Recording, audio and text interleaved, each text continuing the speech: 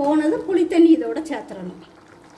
அதே போல் தைராய்டு பிரச்சனை உள்ளவங்க வந்து என்ன செய்யணும் அப்படின்னா, மல்லி விதையை காலையிலேயே மல்லி விதையோட மிளகும் சேர்த்து ரெண்டையும் கஷாயம் வச்சு நம்ம குடிக்கணும். 2 டம்ளர் தண்ணியில் அதை வந்து அரை டம்ளராக வற்றுறது வரைக்கும் கஷாயம் வைக்கணும். அதை கொதிக்க வச்சு கஷாயம் வச்சு அதை குடித்தோம்னா தைராய்டும் குணமாகும்,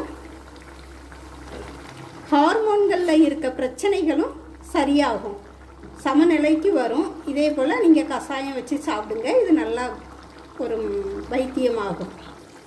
இப்போ இதோட புளித்தண்ணி சேர்த்துடணும்.